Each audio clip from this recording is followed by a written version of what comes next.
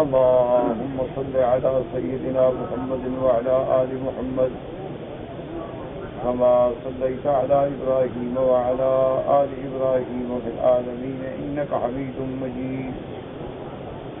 قال الله تبارك وتعالى في كلامه المجيد: أعوذ بالله من الشيطان الرجيم بسم الله الرحمن الرحيم.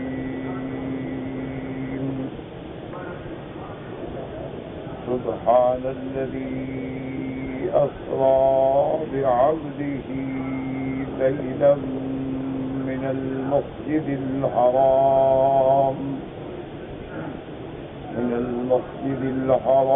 إلى المسجد الأقصى الذي باركنا حوله لنريه من آياتنا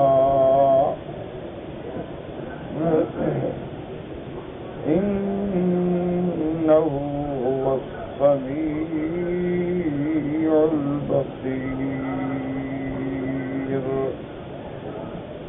اللہ تبارک و تعالی نے ان آیات مبارکہ میں اسراء محمد مصطفیٰ صلی اللہ علیہ وسلم کا ذکر فرمایا ہے. جیسے الحمدللہ کل کے درس میں نے کچھ باتیں عرض کر دی تھیں اور کچھ باتیں جو ہیں وہ ابھی مکمل نہ ہو سکیں. اب مسئلہ یہ ہے کہ اسراء اور معراج، یہ بات تو تقریباً ہم پڑھ چکے ہیں کہ اختلاف علیحدہ بات ہے کہ مسائل میں اختلاف ہوتا ہے،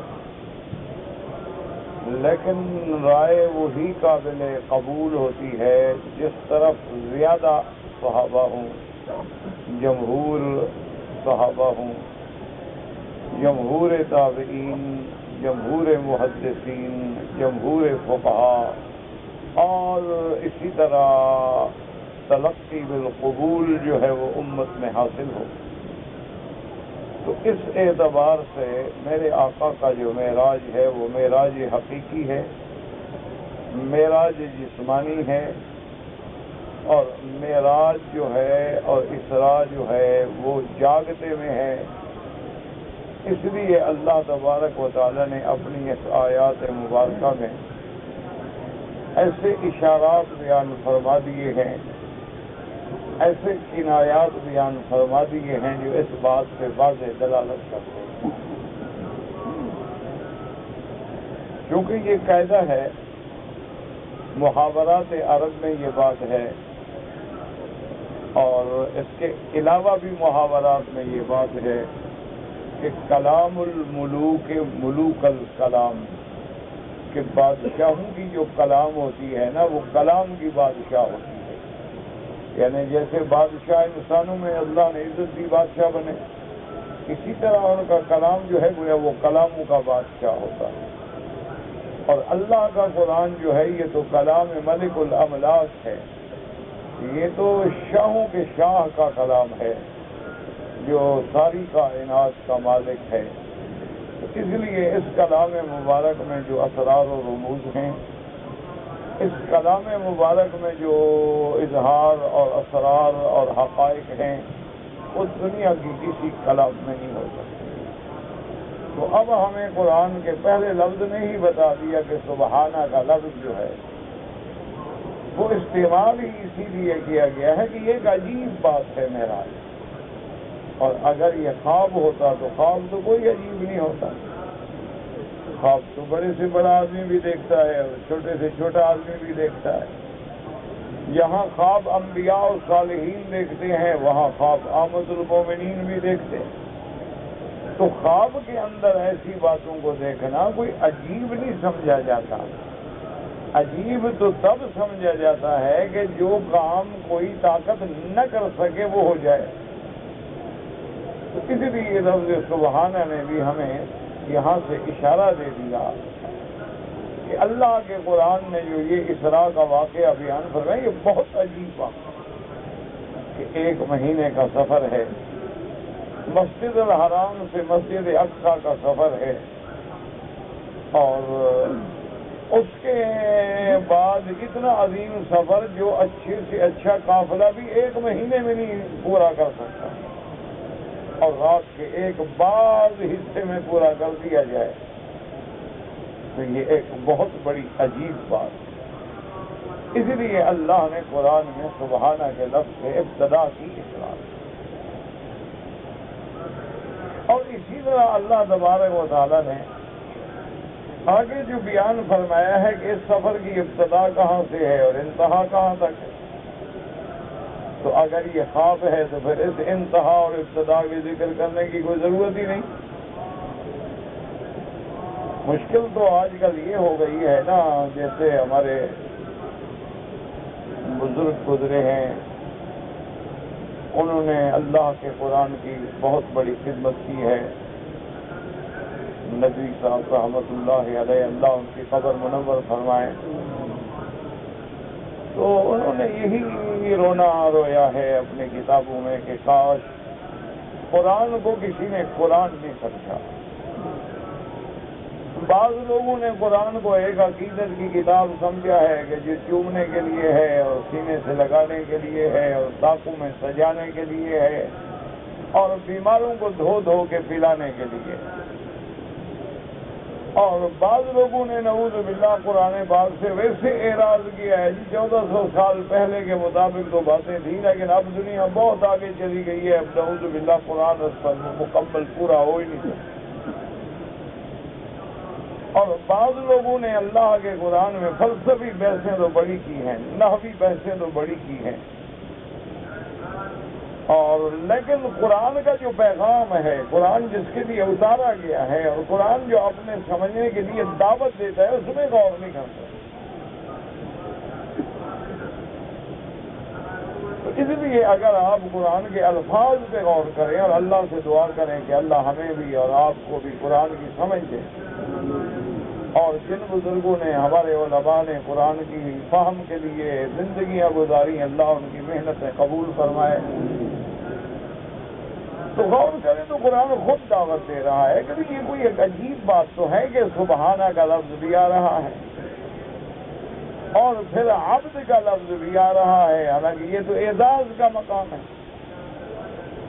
آپ دیکھیں نا کسی عالم کو اگر جلسے میں بلائیں تو آپ اس کے کتنے بڑے بڑے لقب لکھتے ہیں کہ یہ علامہ ہے اور یہ جناب راویہ ہے اور یہ جناب خطیب العصر ہے اور یہ خطیب الدہر ہے اور یہ خطیب اعظم ہے اور پتہ نہیں کیا کیا ہے، لیکن اللہ تبارک و تعالیٰ ایک ایسے مقام پہ لفظ عبد کا استعمال فرماتے ہیں، حضور صلی اللہ علیہ وسلم کی صفت عبدیت کو ظاہر کرتے ہیں۔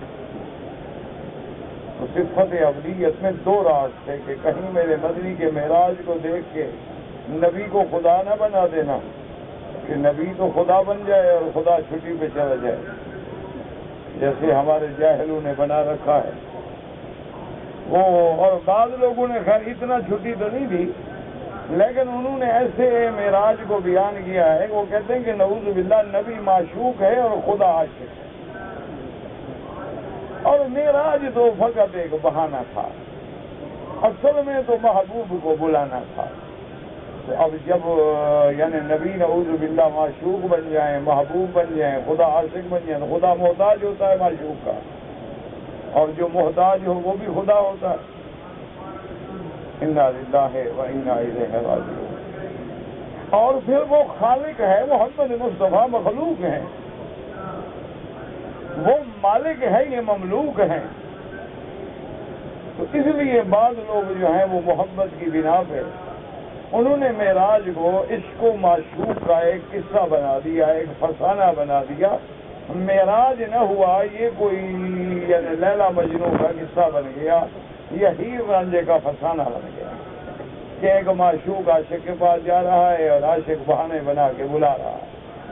انا للہ و انا الیہ راجعون۔ بعض قوموں نے اسراء و معراج کو یوں سمجھا، اور بعض لوگوں نے جناب اور ترقی کی، انہوں نے کہا کہ جی اصل بات یہ ہے کہ یہ جو معراج کی بات ہے نا، اصل میں تو حضور نے اپنی حقیقت محمدی کو ظاہر کرنا تھا، کیونکہ لباس بشریت تھا۔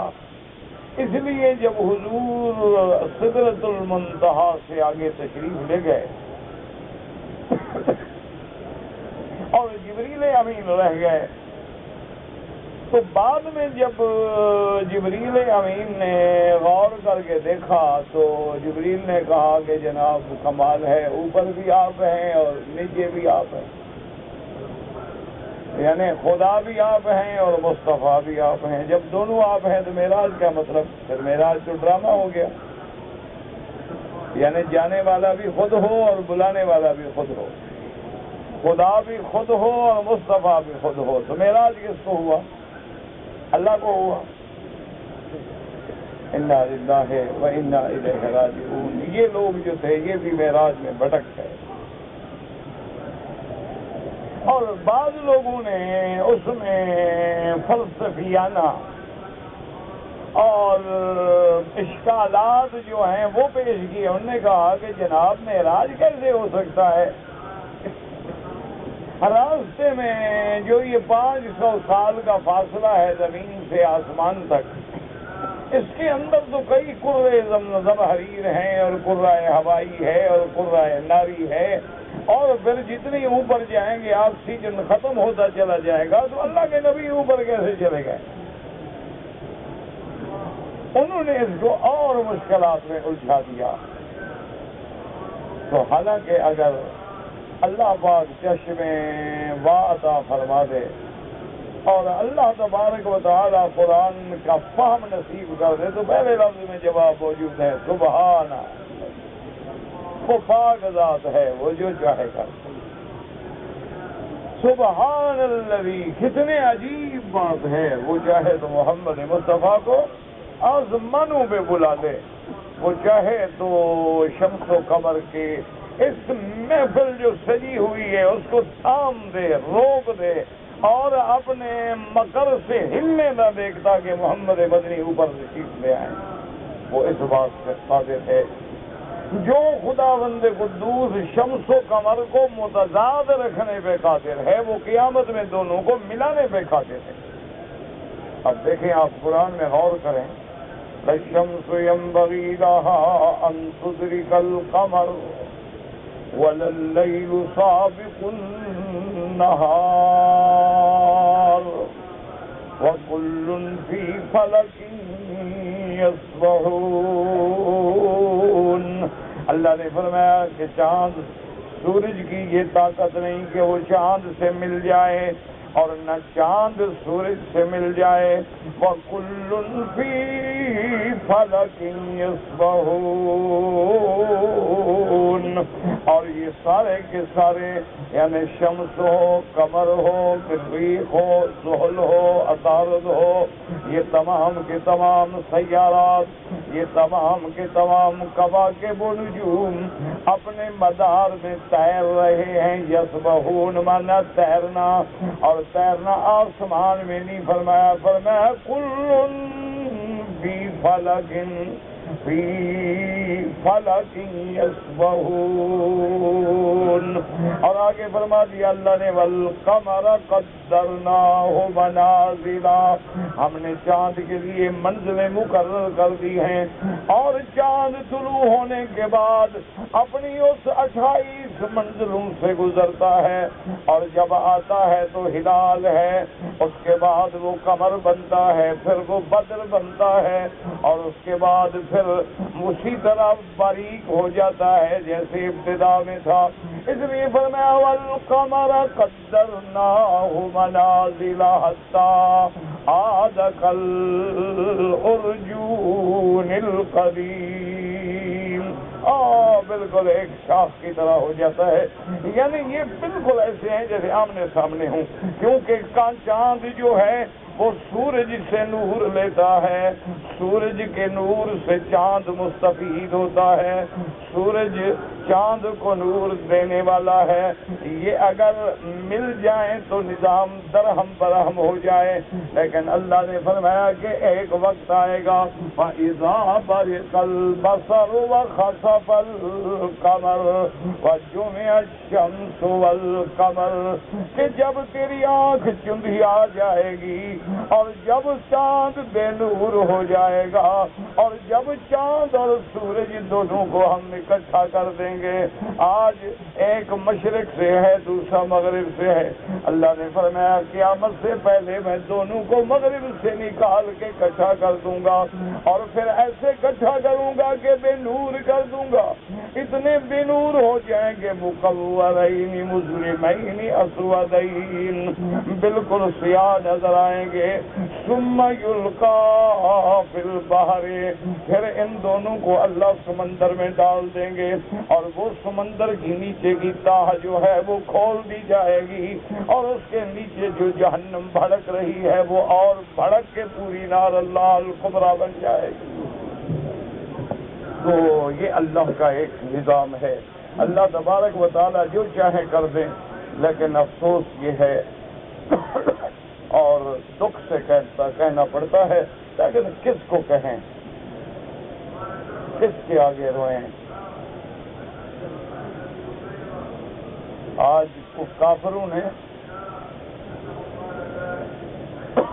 آپ روز پڑھتے ہوں گے نا، کلیننگ ہو رہی ہے، آپ روز پڑھتے ہوں گے کہ آج ہم نے فلاں جین تلاش کر لیا ہے، آپ پڑھتے ہوں گے کہ آج فلاں چیز کا جین ہمیں مل گیا ہے، آپ پڑھتے ہوں گے کہ آج ڈی این اے رپورٹ آ گئی ہے، آپ پڑھتے ہوں گے کہ انہوں نے مادہ انسانی جو ہے، تخم انسانی جو ہے، اس نطفے کو پڑھا ہے، اس میں انہوں نے اس کو حاصل کیا ہے، اب وہ اس کو کمپیوٹرائز کر کے اس کے پورے کوڈ ورڈز جو ہیں اس کو دنیا کے سامنے لا رہے ہیں، لیکن مسلمان تعویذ لکھنے میں گم ہے۔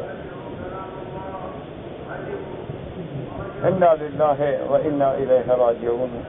حالانکہ سب سے پہلے ایمان سے کہیں، آپ ذرا آنکھیں بند کریں، اپنے آپ کو 1400 سال پیچھے لے جائیں، غور کریں کہ آمنہ کا لال محمد عربی صلی اللہ علیہ وسلم جب نام آئے ایک تو درود شریف پڑھا کرو، آپ کی مہربانی ہوگی۔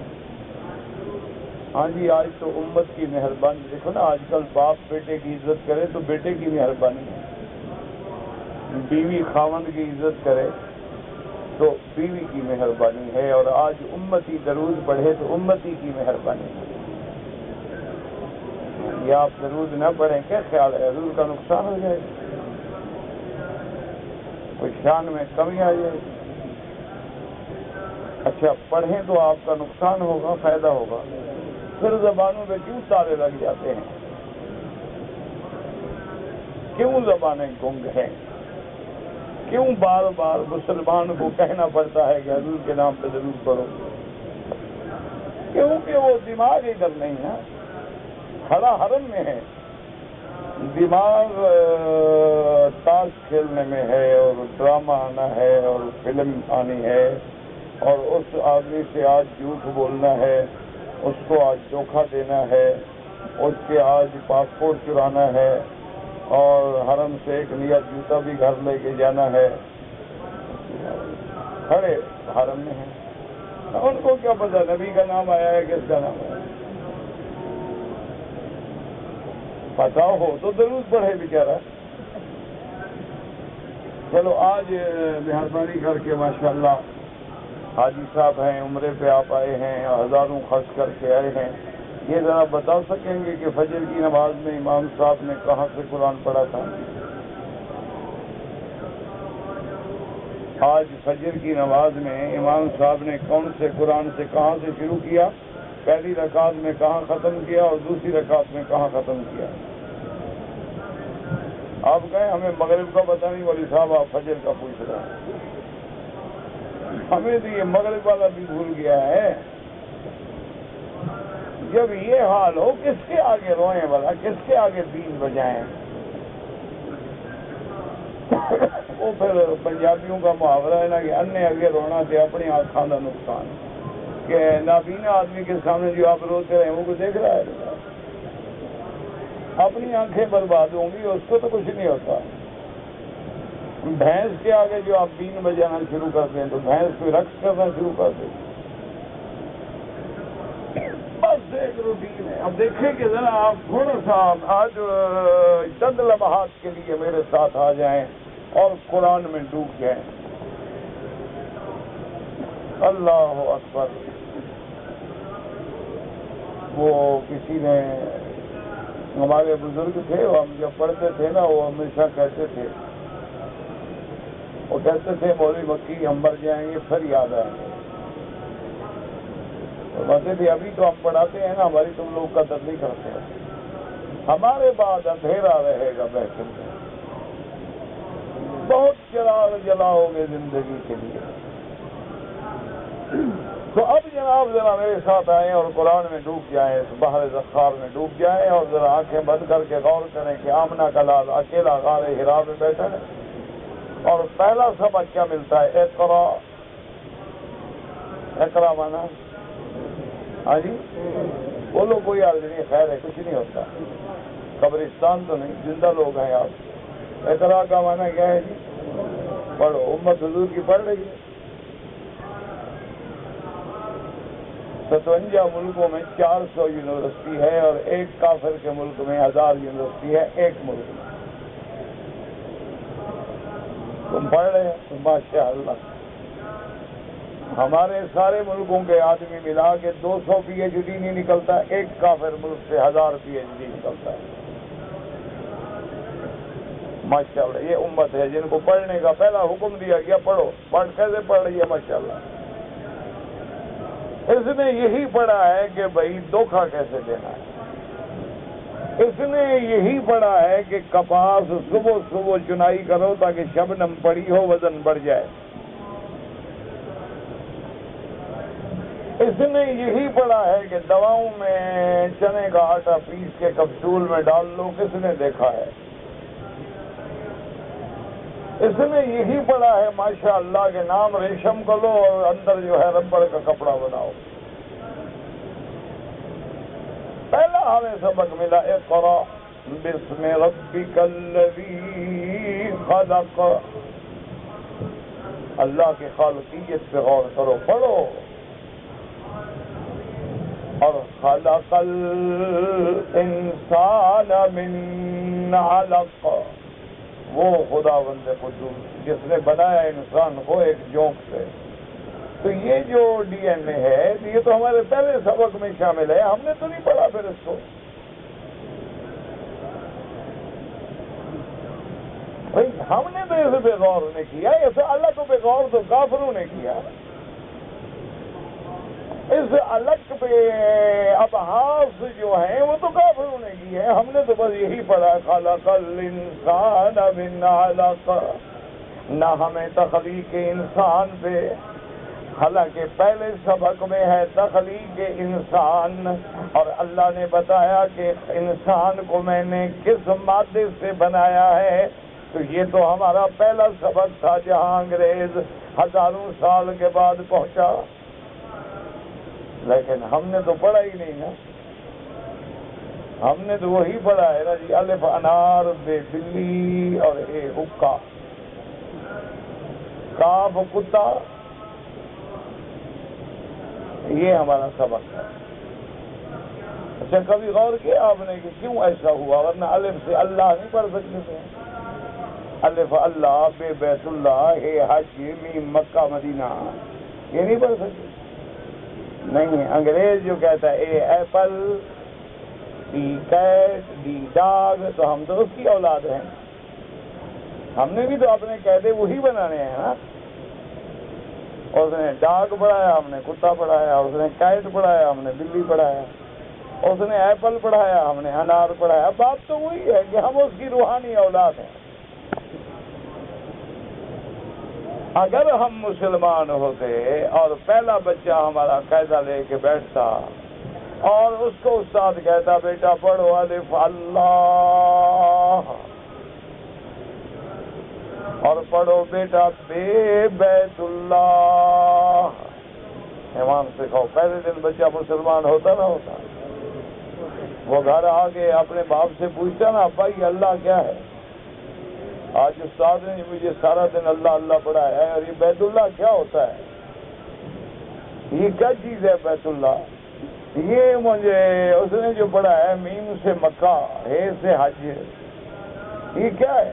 حج کیا ہے؟ مکہ کیا ہے؟ مدینہ کیا ہے؟ ایک قاعدہ پڑھتے تیرا بچہ 2 سال کا مسلمان بن جاتا۔ لیکن ہم نے مسلمان بنانا ہی نہیں، ہم کہتے ہیں ہمارا بیٹا انگریزی بولے، اور انگریزی بھی انگریزوں والی بولے، منہ ٹیڑھا کر کے، کندھے اچکا کے۔ ہم تو تب خوش ہوتے ہیں نا کہ وہ جب کہ السلام علیکم تو ایک کر رہے ہو، جب آئے فوکس پھر خوش ہوتے ہیں، او ماشاءاللہ کہ میرا بیٹا ویری ویری انٹیلیجنٹ۔ انا للہ و انا الیہ راجعون۔ یہ مسلمان ہو تم۔ حضرت شاہ ولی اللہ کی قبر پہ اللہ کروڑوں رحمتیں کرے، وہ فرماتے ہیں کہ آج اگر اللہ حضور کے صحابہ کو کھڑا کر دے نا، اللہ قادر ہے نا آج ان کو زندہ کر دے، وہ کہتے ہیں جب وہ ہمیں دیکھیں گے وہ کہیں گے کہ کم از کم یہ مسلمان تو نہیں ہے، یہ پتہ نہیں بلا کیا ہے۔ اگر آج اللہ صحابہ کو ہمارے سامنے زندہ کر دے اور صحابہ دیکھیں ماشاءاللہ کریم شیو ہیں اور ٹوپیاں الٹی ہیں، کوئی سر ننگا ہے، کوئی جین پہنے ہوئے ہے، کسی کے گلے میں چین ہے، کوئی کاؤ بوائے بنا ہوا ہے، کہیں گے کم از کم یار یہ مسلمان تو نہیں ہے۔ پتہ نہیں اور کیا بلا ہے یہ ان کو پتہ نہیں ہوگا، وہ بڑے پریشان ہوں گے ہمیں دیکھ کے کہ یہ کون سی نسل ہے جو ہمارے سامنے کھڑی ہے۔ ان کی شکل نہ نبی سے ملتی ہے، نہ صدیق سے، نہ فاروق سے، نہ عثمان سے، نہ علی سے، نہ حسنین سے، نہ سیدنا حمزہ سے، نہ صحابہ بدر سے، نہ اصحاب حدیبیہ سے، نہ صحابہ سے، نہ تابعین سے، نہ ائمہ محدثین سے، نہ اولیاء اللہ سے۔ ان کی شکل کبھی غور کرو تو ملتی ہے مائیکل جیکسن سے، کبھی غور کرو تو ملتی ہے کسی بالٹی مور سے، کبھی غور کرو تو ملتی ہے شیکسپیئر سے، کبھی غور کرو تو ملتی ہے ویسٹ مارک سے۔ ان کو کیا سمجھے؟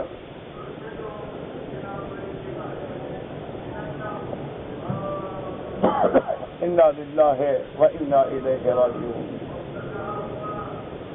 یہی کہہ سکتے ہیں، اب یہی کہنے والے بھی پتہ نہیں کب تک رہیں گے۔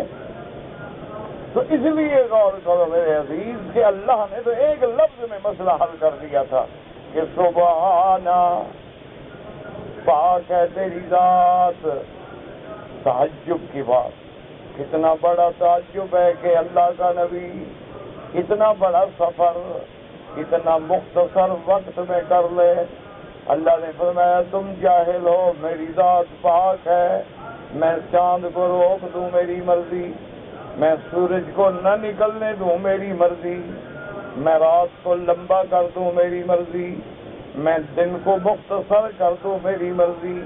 جب یہ سب کرنے پہ قادر ہوں تو اپنے بدنی کو اسراء و معراج کرانے پہ بھی قادر ہوں۔ اس لیے فرمایا سبحان الذی اسریٰ، اس لیے آیا الذی، اللہ اکبر، اسریٰ بعبدہ۔ اللہ نے فرمایا میرے بندے کہیں میرے مدنی کے عروج کو دیکھ کے نبی کو خدا نہ بنا دینا۔ العبد عبدن، عبد عبد ہوتا ہے وہ زمین پہ ہو عبد ہے، آسمانوں میں ہو عبد ہے، وہ اگر 7ویں آسمان پہ ہو عبد ہے، اور اللہ اللہ ہے، وہ اگر عرش سے آسمان دنیا پہ نزول فرمائے تب بھی اللہ ہے۔ کما یلیق بشانہ، اللہ کے نزول فرمانے میں الوہیت میں شبہ نہیں، میرے مدنی کے عروج فرمانے میں اس کی ابدیت میں شبہ نہیں۔ اس لیے اللہ نے مسئلہ ہی حل کر دیا، لیکن قرآن میں کوئی غور کرے گا تو سمجھے گا۔ فرمایا سبحان الذی اسریٰ بعبدہ الذی، صلہ موصول، غور کرو قرآن میں خدا کے لیے ایک آیت بھی یاد کر لو نا تو میری محنت کام آ گئی، اور سارا قرآن پڑھا جائے اور تم وہیں کے وہیں رہو تو ماشاءاللہ۔ اب دیکھیں، اللہ اکبر، اس پہ غور کرو گے تو سمجھ آئے گی بات۔ یہ ذرا شہری باتیں ہیں، ہے تو میری بے وقوفی کہ میں کیوں کرتا ہوں، سچی بات ہے۔ اصل بات تو یہ ہے کہ میری بے وقوفی ہے کہ میں ایسی باتیں کیوں کروں، سیدھی بات کرو بس صاحب، کیونکہ جب پتا ہو کہ نہ سمجھنا ہے نہ کسی نے غور کرنا ہے۔ لیکن کبھی کبھی اس لیے محنت کرتا ہوں کہ شاید تم نہ سنو، کوئی کیسٹ سننے والے کے دل میں اللہ بات ڈال دے، شاید اس کے دل میں اللہ کوئی ہدایت کا چشمہ ڈال دے، اور اس کے دل میں کوئی ہدایت کی کوپل پھوٹ پڑے، اور کوئی اللہ کے قرآن کے سمجھنے والا کہیں پیدا ہو جائے۔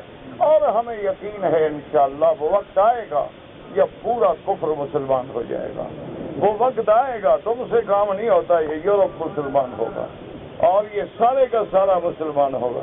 تم تو اسی ماشاءاللہ تمہیں بڑے کام ہیں، تمہیں دادا صاحب کی مزار پہ چادر ڈالنی ہے، چڑھاوے چڑھانے ہیں، سونے کے دروازے لگانے ہیں، شباز کلندر جانا ہے، منت مانگنی ہے، بابا پیر بابی غازی کے مزار پہ جا کے 100 روپے کی مٹھائی تقسیم کرنی ہے، تم نے جناب عرس شریف کرنا ہے، 11ویں کا دودھ تقسیم کرنا ہے، 27 رجب کو معراج شریف منانا ہے۔ تم تو بڑے مصروف لوگ ہو، تمہارے پاس تھوڑا کام ہے کہ اسلام کو لے کے آگے بچ جاؤ، ہمارے پاس تو یہ کام ہے، پھر قوالی کی مجلس ہے، پھر دھمال کھیلنا ہے، تو ہمارے پاس تو کام ہی کام ہے نا۔ انا للہ و انا الیہ راجعون، بس رونے کا مقام ہے اور کچھ نہیں ہے، ورنہ ایک بات ہے، اپنی قرآن سمجھ، سبحان الذی اسری، اللہ اس سے ذرا غور کرو۔ آپ نے دیکھا ہوگا نا کہ کوئی بہت بڑا مصور ہوتا ہے تو وہ ایک پینٹنگ تصویر بناتا ہے، اور وہ اس کی زندگی کا ایک شاہکار ہوتا ہے، اور اس کا جب تعارف ہو نا تو اس سے تعارف ہوگا، جی یہ میں نے بنائی ہے، اس کو دیکھ کے میری کافی، اللہ نے فرمایا وہ پاک ذات، کون تعارف کیا کرائے، جس نے محمد کو سحر کرائی۔ اپنا تعارف کیسے کرا رہے ہیں، الذی اسری، اللہ اکبر۔ یہ نہیں سمجھ آئے گی تمہیں انشاءاللہ، جب سمجھ آئے گی قیامت آ جائے گی۔ اسی لیے چونکہ سمجھ جب نہ آئے تو پھر شکایت مولوی مکی نے یہ کہا، کیسے سنی ہے جی آپ نے، اس میں یہ کہا ہے، اچھا ماشاءاللہ 24 کے تمہیں ایک لفظ ملا بیچارہ۔ انا للہ و انا الیہ، افسوس کیا ہے کہ اپنے جہل کو روتا، غور بیٹھ کے کرتا نا تو اپنے جہل پہ روتا، الحمدللہ کہ میں کیا کہہ رہا ہوں۔ اللہ اکبر، اللہ اکبر۔ جیسے ایمان کا نمونہ کیا ہے، یوں سمجھو، خدا کرے ذرا بات آسان ہو جائے۔ اللہ نے فرمایا اللہ آمنوا کما آمن الناس، میرا مدنی لوگوں کو یہ ماڈل پیش کرو۔ کون سا؟ اللہ فرمایا صدیق پیش کرو، عمر پیش کرو، عثمان پیش کرو۔ لوگوں ایمان لانا ہے تو اس ماڈل کو دیکھو، آمنوا کما آمن الناس۔ اللہ نے فرمایا مجھے پہچاننا ہے تو میرے محمد کو دیکھو، مجھے پہچاننا ہے تو میرے مدنی کے معراج کو دیکھو، مجھے پہچاننا ہے تو میرے مدنی کے اسراء کو دیکھو۔ جب ان پہ غور کرو گے تو سمجھ آ جائے گی کہ میری ذات کیا ہے۔ جب اس سیر کرانے والے، اچھا اس کو اور تھوڑا میں آسان کروں، خدا کرے تمہیں اور سمجھ آ جائے۔ ایک دن حضور صلی اللہ علیہ وسلم، آمنہ کے لال حبیب کبریا محمد الرسول اللہ صلی اللہ علیہ وسلم اپنے کندھے پہ حضرت حسین رضی اللہ تعالیٰ عنہ، حضرت حسین رضی اللہ تعالیٰ عنہ حضور کے کندھے پہ بیٹھے ہیں، اور حضور اپنے محبوب بیٹے کو، محبوب نواسے کو کندھے پہ بٹھا کے تشریف لا رہے ہیں۔ سامنے ایک صحابی آتا ہے اور وہ حضرت حسین کو مخاطب ہو کے آنا کہ حضرت حسین تو بچے ہیں نا، حضرت حسین کو کیا سمجھانا ہے، کہتا ہے نعم المرکب، کہتا ہے حسین کیا سواری ہے تیری؟ سواری کون ہے؟ محمد رسول اللہ ہے، اور کندھے پہ کون بیٹھا ہے؟ حضرت حسین قد رضی اللہ عنہ۔ تو کہتا ہے نعم المرکب حسین، سبحان اللہ، بھائی کیسی سواری ہے تیری؟ حضور نے فرمایا اگلی بات کرو، نعم الراکب، سوار کیسا ہے؟ حضرت نے فرمایا اگلی بات نہیں کر رہے ہو، سواری اگر بہت اچھی ہے تو سوار نہیں دیکھا؟ سوار بھی تو حسین ہے کہ کربلا میں کٹ سکتا ہے، جھک نہیں سکتا۔ جس کو نبی نے کندھے پہ اونچا کر دیا ہو اسے کوئی جھکا سکتا ہے؟ جس کو حضور نے اپنے کندھے پہ بٹھا کے اونچا کر دیا ہو اسے کون گرا سکتا ہے؟ اسے کون جھکا سکتا ہے؟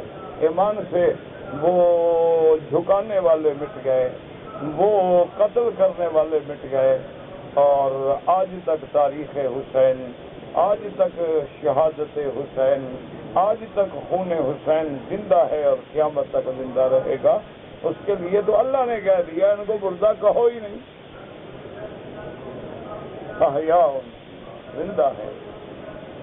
میرا اللہ ہمارے سامنے شہید ہو گئے، فرمایا تم سمجھ نہیں رکھتے نا، ولکن لا تشعرون، تمہیں شعور ہی نہیں، عقل تمہیں شعور ہی نہیں، تعقلون نہیں فرمایا، ولکن لا تشعرون۔ اور جتنا ایک حیوان میں شعور ہے اس مسئلے میں تو تمہیں اتنا شعور بھی نہیں، کیونکہ یہ عالم مغیبات کی باتیں ہیں اور تمہیں کیا پتا اس کا۔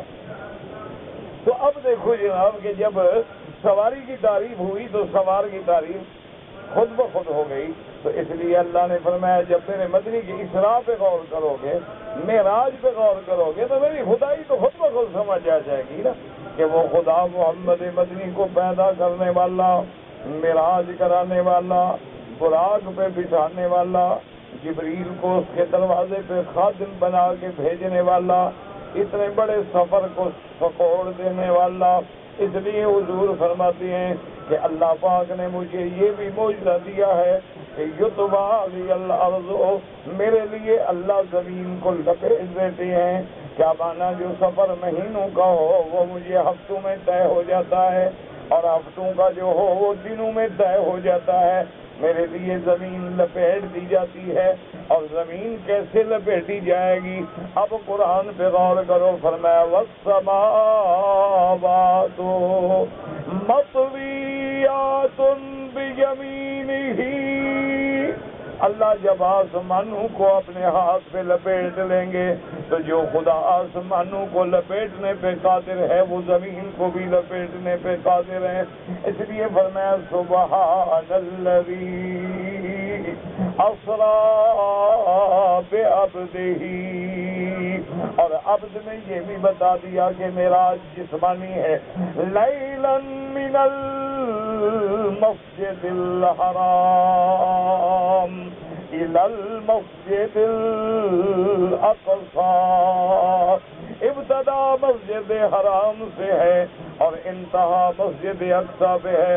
اس پہ غور کرو کہ اللہ پاک نے یہ نہیں فرمایا کہ میں نے اپنے مدنی کو اس کے گھر سے معراج کروایا، یہ نہیں فرمایا کہ بی بی خدیجہ کے گھر سے معراج کروایا، یہ نہیں فرمایا کہ میں نے بی بی ام ہانی کے گھر سے معراج کروایا، یہ نہیں فرمایا کہ میں نے ان کو حضور کی پیدائش والے مقام سے معراج کرایا، فرمایا من المسجد الحرام۔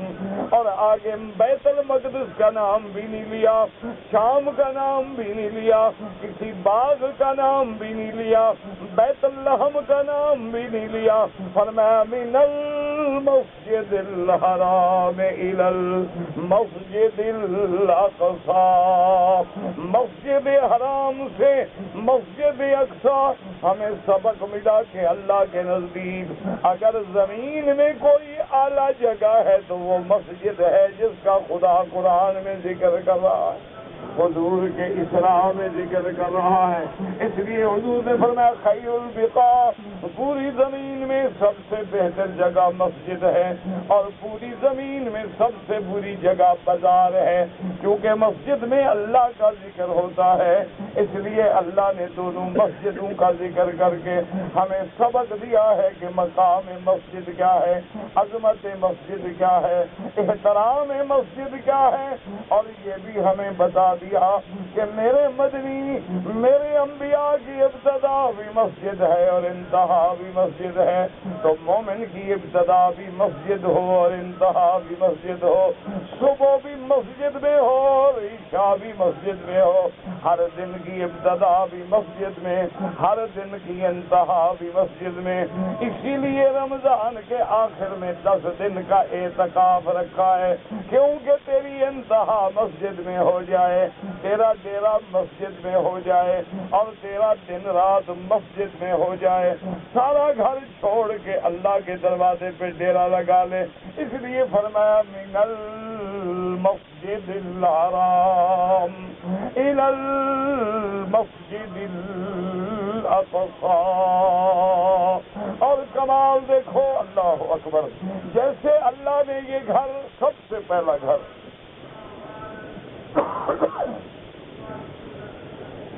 اللہ کے قرآن میں خدا کے لیے غور کیا کرو، سب سے پہلا گھر کون سا ہے؟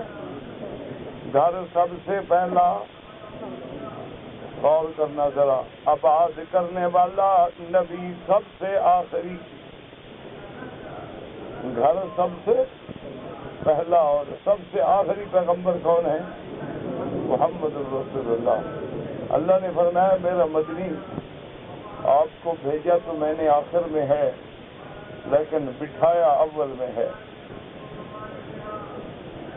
آپ کو بھیجا تو میں نے سب سے آخر میں ہے، لیکن آپ کو مقام کون سا دیا ہے؟ جو سب سے اول ہے. اسی لیے حضور نے فرمایا نا کہ اول ہم بھی ہیں اور آخر، ہم آخر بھی ہیں اور اول بھی ہیں. ہمارے صوفی حضرات نے سمجھا کہ خدا اول بھی ہے، خدا آخر بھی ہے، نبی اول بھی ہے، نبی آخر بھی ہے. انہوں نے کہا حضرت یہ اوپر کا پردہ ہے، اندر سے تو خدا آپ ہے. انہوں نے بھی قرآن کو واہ واہ سمجھا ہے ماشاءاللہ. جن نے سمجھا ہی قوالوں سے ہو تو قرآن اسی طرح سمجھا. انہوں نے قرآن سمجھا ہے دیوان پڑھ پڑھ کے. قرآن شریف سمجھا ہے کہ وہ کہتے ہیں نا جی، وہ تو باقاعدہ فخر کرتے ہیں قرآن ویج تمبور گدوں سے تمبور نے بڑی لذت بھی کھائی. انا للہ و انا الیہ راجعون. اللہ معاف کرے، اللہ ہدایت. اب سمجھو بات کو. حضور سے فرمایا کہ ہم اول بھی ہیں آخر بھی. صحابہ حیران ہو گئے، کیسے یا رسول اللہ؟ فرمایا اول اس طرح کہ خدا سب سے پہلے میری امت کو جنت میں داخل کریں گے تو ہم اول ہو گئے. اور آخر کیسے؟ سب سے بعد میں ہمیں بھیجا، آنے میں ہم سب سے بعد میں آئے اور جنت میں سب سے پہلے جائیں گے تو اول بھی ہو گئے اور آخر بھی ہو گئے. یہ نہیں نعوذ باللہ خدا ہو گئے. اچھا اسی طرح آپ دیکھیں کہ کعبہ اول بیت وضع للناس، یہاں کس کو بھیجا؟ محمد الرسول. اب ذرا غور کرو، حشر کہاں ہوگا؟ میدان حشر کہاں ہوگا؟ ہاں جی اچھی طرح غور کر کے دیکھ رہے ہیں. میدان محشر کہاں ہوگا؟ شام میں ہوگا. یہ عرفات والی بات جو لوگوں نے بنا رکھی ہے نا، یاد رکھو یہ غلط ہے. میدان محشر شام میں ہوگا. اچھا اول کعبہ کون سا ہے؟ اللہ کا گھر ہے، یہ اول ہے. اور میدان حشر شام بنے گا، وہ کیا انتہا ہو گئی نا وہاں، اس کے بعد تو قیامت آ گئی نا. تو اللہ کہاں سے لے چلے مدنی کو؟ اول سے. ابتدا کہاں سے کی؟ من المسجد الحرام الى المسجد الاقصى، کہ ایک مسجد جہاں سے اول اور دوسری مسجد جہاں آخر، سب فنا، صرف اسی کی ذات باقی ہوگی. اس لیے فرمایا من المسجد الحرام. ایک ہمارے بہاولپور میں جب جامعہ عباسیہ کی اور سب سے پہلی اسلامک یونیورسٹی، تو اس میں جو شیخ الجامعہ تھے غلام محمد گھوٹوی رحمۃ اللہ علیہ، بہت بڑے عالم تھے، استاد العلماء تھے. تو ان جیسے عالم تو صدیوں میں پیدا ہوتے ہیں. بہت بڑے عالم تھے لیکن تھے بریلوی، تھے صوفی. تو وہ جناب میرے نانا مرحوم کو ملنے جاتے تھے. میرے نانا مرحوم بہت بڑے عالم تھے، ان کو ملنے کے لیے وہ جاتے تھے شیخ الجامعہ. تو آتے تھے تو راستے میں وہ ہماری بستی تھی، وہاں آتے تھے. پھر میرے والد صاحب گھوڑی وغیرہ کا انتظام کرتے اور پھر ان کو میرے نانے کے پاس لے جاتے. تو فرماتے ہیں کہ اس وقت کے لوگ بریلوی بھی اچھے تھے نا. یہ تو اب آ گئے نا قبروں والے، یہ بریلوی تھوڑے، یہ تو قبوری ہیں. یہ بریلوی شریلوی نہیں ہے. بریلوی تو ایک جگہ کا نام تھا جو لوگ ان سے پڑھ کے آئے. بریلوی کہلائے جو دیوبند سے پڑھ کے آئے دیوبندی کہلائے، جو سہارنپور سے پڑھ کے آئے مظاہری کہلائے، جو ندوے سے پڑھ کے آئے وہ ندوی کہلائے. اس جگہ کا نام تھا. یہ جو آج کل ہماری برادری ہے یہ تو ماشاءاللہ قبوری ہے، پکی. تو بہر حال یہ ہے کہ والد صاحب ان کو لے جاتے تھے ملانے کے لیے. تو اس دور میں غریبی کا دور تھا. گھوڑی مانگتے، والد کو گھوڑی پہ بٹھاتے، والد صاحب آگے چل پڑتے. والد صاحب چھوٹے تھے ان سے عمر میں بھی ہر لحاظ سے. تو والد صاحب فرماتے ہیں کہ وہ ہم جا رہے تھے کٹھے، تو مجھے کہنے لگے کہ خیر محمد. میں کہاں جی؟ اور میں نے کہا یہ ہماری بعض مولوی جو ہے نا یہ بڑے جاہل ہیں. میں نے کہا حضرت کیسے؟ کہا یہ جو کہتے ہیں جو حضور ہر جگہ حاضر ناظر ہیں، حضور ہر جگہ موجود ہیں اور ہر گھر میں حاضر ناظر ہیں اور ہر مجلس میلاد میں حاضر ناظر ہیں.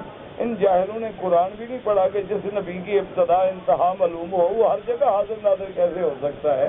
اللہ فرماتے ہیں من المسجد الحرام الى المسجد الاقصی، تو جس کی ابتدا معلوم انتہا معلوم وہ ہر جگہ کیسے حاضر ناظر ہو سکتا ہے؟ تو والد صاحب نے فرمایا حضرت کہتے تو یہ آپ کے مولوی ہیں.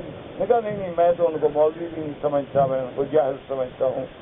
یہ معنی نہیں ہے میرے صوفی ہونے کا کہ میں قرآن کو چھوڑ دوں یا عقیدہ توحید میں خلل آئے. بس مجھے حضور سے عشق ہے، محبت ہے، اور کبھی کبھی محبت میں کچھ زیادتی بھی ہو جاتی ہے. محبت میں تو زیادتیاں پھر ہو جاتی ہیں. میں نے کہا وہ میرے لیے دعا کیا کرو کہ اللہ مجھے بخش دے، ورنہ میں اس گندے عقیدے کا قائل نہیں ہوں کہ میں نعوذ باللہ عقیدے توحید سے نکل کے کافر بن جاؤں. تو انہوں نے یہی آیت والد صاحب فرماتے ہیں مجھے پڑھی کہ جس کی ابتدا معلوم ہے کہ اسراء کہاں سے ہوا مسجد الحرام سے، کہاں ختم ہوا مسجد اقصی، تو جب ابتدا انتہا ذکر کر دی جائے تو حاضر ناظر کا کیا مانا؟ یہ تو اس کی صفت ہے کہ نحن اقرب الیہ من حبل الورید، یہ اس کی صفت ہے. فناظر، اللہ نے فرمایا میں دیکھنے والا ہوں تم کیا عمل کرتے ہو، یہ اس کی صفت ہے. فرمایا واللہ علی کل شیء شہید، یہ کسی انسان کی صفت نہیں ہو سکتی. اس لیے فرمایا اسری بعبدہ لیلا من المسجد الحرام الى المسجد الاقصی. اب دیکھو مسجد اقصی کا تو تعارف کرایا ہے، مسجد حرام کا تعارف ہی نہیں کرایا اللہ نے. نہیں سمجھ آئی بات؟ جب سو رہے ہوں تو سمجھ نیند میں آئے گی. بتا نیند میں تو طالب کو سبق سمجھ نہیں آ سکتا، جب جاگتے میں نہ آئے تو نیند میں کیا سبق ہے؟ آدھے طالب تو ماشاء نہیں ہے. اللہ کی شان ہے میرا مولا، بس ان کی وجہ سے تو مجھے معاف کر دے گا. یہ جو برادری مجھے ٹکری ہے نا، ان کے غم میں اللہ مجھے معاف کر دے. مجھے جنت ملے گی تو ان کے دکھ سے ملے گی. ان کو دیکھو نا، ڈرائیور سو جائے تو گاڑی چلے گی، یہ طالب سو جائے میں مٹی پڑھاؤں، کس کو پڑھاؤں؟ جو کھڑے ہیں بیچارے. اللہ مجھے بالکل یقین ہے انشاءاللہ آپ کے دکھ میں اللہ مجھے جنت دے گا. بالکل کروڑ یا 100% نہیں، کروڑ فیصد یقین کہ اللہ تبارک و تعالیٰ اسی غم میں انشاءاللہ یقین دے گا.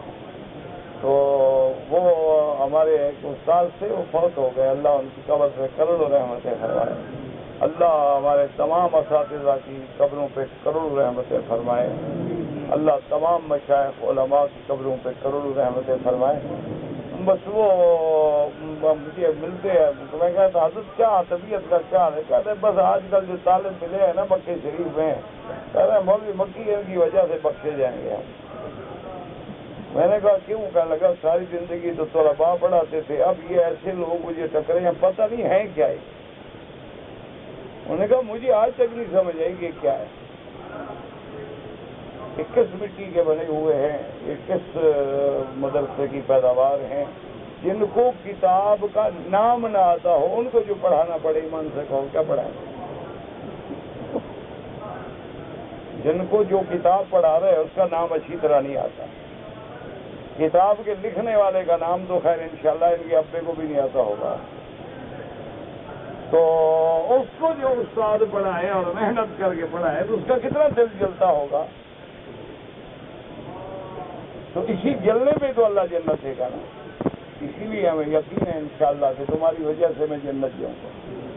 تو اس لیے ہم فرمائیں جناب غور کریں کہ اللہ نے مسجد الحرام کا تو کوئی تعارف نہیں کرایا، من المسجد الحرام الى المسجد الاقصى الذي باركنا حوله۔ اقصی کا تو تعریف کر رہے ہیں کہ وہ مسجد اقصی جس کے ارد گرد ہم نے برکتیں رکھی ہیں، مسجد الحرام کا تو کوئی ذکر نہیں کیا۔ وجہ کیا ہے؟ اس پہ غور کریں گے، اللہ کا قرآن ہے نا، اس میں کوئی نہ حکمت تو ہے کہ مسجد الحرام، بس من المسجد الحرام الى المسجد الاقصى الذي باركنا حوله، جس کے ارد گرد برکتیں ہیں۔ اللہ نے فرمایا مسجد الحرام کی تعریف اور تعارف کی ضرورت ہی نہیں ہے، کیوں؟ میں پہلے بتا چکا ہوں، لا اقسم بهذا البلد وانت حل بهذا البلد، یہاں میرا مدنی پیدا ہوا، اتنا تعارف کافی ہے، اور کسی تعارف کی ضرورت ہی کیا ہے؟ وانت حل بهذا البلد، جس کی اللہ نے قسم کھائی ہے تو اس کی تو تعارف کی ضرورت ہی نہیں ہے نا۔ تعارف تو اس کا کرایا جاتا ہے جس کو کوئی نہ جانتا ہو کہ جناب یہ فلاں بزرگ ہے، تو جس کو سارا جگ جانتا ہو، سورج کا کوئی تعارف کراتا ہے؟ دیے کو جلاتے ہو، ٹیوب لگاتے ہو، کمکمے لگاتے ہو، فانوس لٹکاتے ہو، لیکن جب وہ سورج چڑھتا ہے تو سب کا نور بیکار ہو کے کیوں اڑ جاتے ہیں؟ اللہ نے فرمایا مسجد الحرام کا تو اتنا ہی کافی ہے، میرا اول گھر بھی ادھر اور میرا آخری پیغمبر بھی ادھر، بس اتنا ہی کافی ہے، اور کیا ضرورت ہے؟ اس کا تو لفظ مسجد الحرام کہنا بھی کافی ہے کہ وہ حرمت والی مسجد، وہ شان والی مسجد جس کا لقب مسجد الحرام۔ اللہ نے فرمایا اور کوئی مسجد ہے جس کے ساتھ حرام کا لفظ لگتا ہو؟ ہے کوئی مسجد آپ نے پڑھی ہو کہیں قرآن میں، حدیث میں؟ تو لفظ حرام اتنا کافی نہیں؟ حرام سے حرم، حرام سے حرمن آمنا یجبا، فرمایا حرمن آمنا ویتخطف الناس، کہ ہم نے اس کو حرام کر دیا، کیا معنی؟ حرمت والا بنایا کہ باپ کا قاتل بھی سامنے کھڑا ہو تو کوئی ہاتھ نہیں لگاتا، جہاں جانور کو چھیڑنا بھی منع ہے، جہاں جانور سائے میں بیٹھا ہو تم دھوپ میں بیٹھ جاؤ، جانور کو نہ ستاؤ۔ اور آج ہماری نئی نسل جو ہے وہ دھماکے کرتی ہے، انا للہ و انا الیہ راجعون۔ انہوں نے پتہ نہیں کہاں سے قرآن پڑھا ہے، حدیث میں خود سمجھا ہے نا سارا مسئلہ، مشکل ہی آ گئی۔ جب خود سمجھو گے تو ٹھوکر لگے گی، علماء کے دروازے پہ آؤ گے، علماء سے تعلق رکھو گے تو اللہ کی رحمت سے غلطیوں سے بچ جاؤ گے۔ فرمایا الی المسجد الاقصى الذي باركنا حوله، حوله ارد گرد، تو جب ارد گرد برکت ہو تو اندر کیا ہوگا؟ دیکھو نا، جس کے ارد گرد میں بھی برکتیں ہوں، اندر تو پھر سراپا رحمت و برکت ہوگی. وہ برکتیں کیسی؟ فرمایا ظاہری بھی باطنی بھی برکتیں. الذی بارکنا حولہ، میرا اللہ وہ کیا برکتیں؟ فرمایا اس کو میں نے معدن الانبیاء بنایا، میں نے انبیاء کا گھر بنا دیا، اور میں نے وہاں حضرت سلیمان حضرت داؤد کا ڈیرا لگا دیا، اور میں نے پیغمبروں کو معمار بنا دیا، میں نے اپنے خلیل کو وہاں ہجرت کرا کے بھیجا، میں نے محمد مدنی کو معراج کے لیے بھیجا. یہ معنوی برکتیں ہیں. اور ظاہری برکتیں ہیں، ہر طرف میں نے باغات لگا دیے، ایسے درخت ہیں، ایسا زیتون ہے، ایسا انجیر ہے، ایسے پھل ہیں جن کا پورے عالم میں کوئی مثال نہیں ملتی.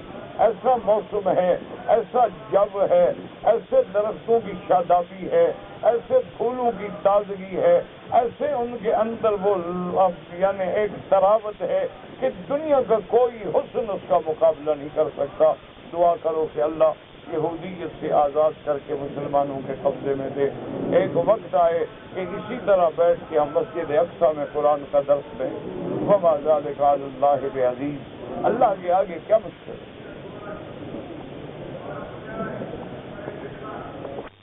کچھ لوگ ہوائی جہاز پہ آ رہے تھے، احرام باندھ لیا، ہوائی جہاز خراب ہو گیا اور لوگوں کو ہوٹل بھیج دیا گیا، لوگوں نے احرام کھول دیا. ماشاءاللہ، یہ احرام مذاق ہے، جب چاہو باندھ لو، جب چاہو کھول دو. ایک ایک بکری دم پڑ گئی. یہ تھوڑا ہوتا ہے کہ جب چاہو احرام کھول دو.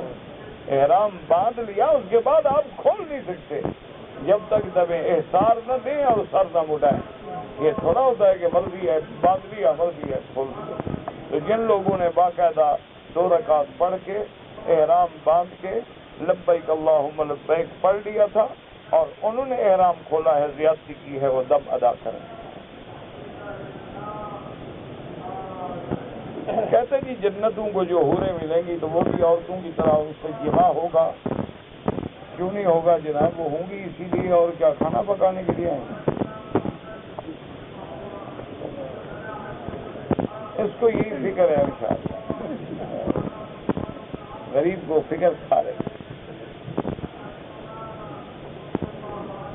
تم یہاں والی حور سے تو نمٹو،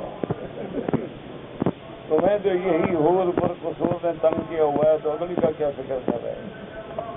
تم اپنی اس حور کو تو راضی کرو انشاءاللہ، یہ جو اللہ نے ہمارے لیے عذاب لکھے ہیں گھر میں.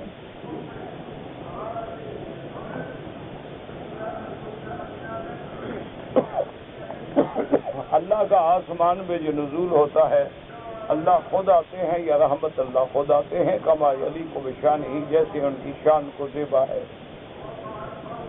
کیفیت میں بحث نہ کریں، نزول پہ ایمان ہے، لیکن کیفا نہ، بغیر تکییف، بغیر تشبیہ، بغیر تمثیل. کہتے جی قرآن شریف میں کہیں شیعہ کا لفظ آیا ہے، جب قرآن اترا تو یہ تھے نہیں تو ان کا لفظ کیوں آتا. تو بہرحال جہاں وہ لفظ شیعہ ہے اس سے مراد فرقہ ہے، اس سے مراد یہ جماعت نہیں. ان من شیعته لابراہیم یا ان الذین فرقوا دینہم کانوا شیعا، وہ اس سے مراد یہ نہیں ہے. قرآن کے معنی نہ بدلو. ہمارے ہاں کچھ مولوی آتے ہیں، وہ کہتے ہیں حنفی جو نماز پڑھتے ہیں یہ باطل ہے. ٹھیک ہے جی، ان کے ہاں باطل کرنے کا فتویٰ ہے، وہ چاہیں کروڑوں کی نماز کو باطل کر دیں. نماز باطل کرنے کا کان الٹا کیوں پکڑتے ہو؟ سیدھا کہو کہ سارے حنفی کافر ہیں. غلط جرت ماں کے لال ہو تو جب نماز نہیں ہے ان کی تو پھر مسلمان کیسے ہوئے؟ سیدھی بات کرو نا، کھل کے آؤ میدان.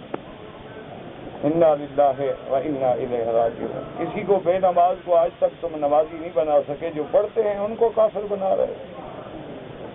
اللہ سے ڈرو، اللہ کا خوف کرو، دعا کرو اللہ سب کی نمازیں قبول کرے.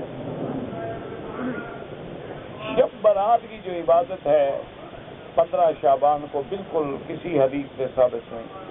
بعض بزرگوں کے اقوال ہیں لیکن حدیث قرآن میں نہیں ہے. میرے والدین عمرے پہ آئے ہیں لیکن احرام جہاز میں بھی نہیں باندھ سکے، اور جدے سے باندھا ماشاءاللہ. عمرے پہ آئے, ٹائم تھوڑا تھا, اور کیا کرنے آ رہے تھے کہ سنگار کرنا تھا, میک اپ کرنا تھا, 2 چادریں باندھنی ہیں, لبیک اللہم لبیک, اس میں ٹائم کی کیا بات ہے. ایک بکری دم ادا کریں اور میقات کے عمرے سے بھی محروم ہو گئے. کہ نہ گزرے نمازی کے, اگر مجبوری ہے تو سجدے کی جگہ سے دور گزریں. عمرہ کیا, احرام کیا, طواف کیا, صفا مروہ کر تو صفا باقی ہے. عمرہ کسی کے نام سے کرنا چاہتے ہیں آپ عمرہ کریں, جب عمرہ کر لیں پھر دعا کریں کہ یا اللہ اس کا ثواب فلاں کو دے. عمرہ اپنے لیے کریں. ہم 15 آدمی رہتے ہیں, ہم نے اتفاق کیا ہے کہ ہر مہینے 100 ریال اکٹھا کریں گے, پھر قرعہ ڈالیں گے. جس کا قرعہ نکل آئے گا وہ پیسے اکٹھے کر کے پھر اپنے والدین کو عمرے پہ بولے, کوئی حق نہیں. اور یہ نہیں کہ ایک دفعہ پیسے لے کے بھاگ جانا, سب کا حق پورا کرنا, دیتے رہنا. ہاں تمہارا پہلے مہینے نکل آئے قرعہ, تم تو 20,000 لے کے بھاگ جاؤ, جن بیچاروں کا باقی پیسے وہ کیسے لیں. عمرے پہ آئے ہیں ان کے لیے ضروری ہے کہ مدینہ منورہ میں 40 نمازیں پڑھیں. کوئی ضروری نہیں, ایک نماز پڑھ کے بھی چلے ہیں, لیکن اگر اللہ نصیب کرے تو ضرور پڑھیں. میں والدہ کا طواف زیارت رہ گیا تھا. بہرحال اب عمرے پہ آئی ہیں, ماشاءاللہ بہت جلدی مسئلہ پوچھ رہے ہو. 10-20 سال اور انتظار کر لیتے, والد بھی فوت ہو گئے, والدہ بھی فوت ہو جاتی. یہ تو شکر ہے بیچاری زندہ ہے. بہرحال اب طواف زیارت بھی کریں اور دم بھی ادا کریں اور توبہ بھی کریں. اب طواف زیارت کے بعد بال بھی کٹوانے ہیں.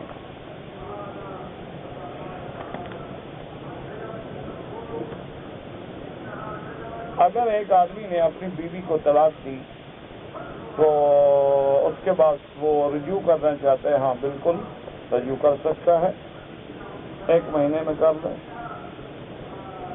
اگر طلاق بائن ہے تو دوبارہ نکاح کرنا پڑے گا.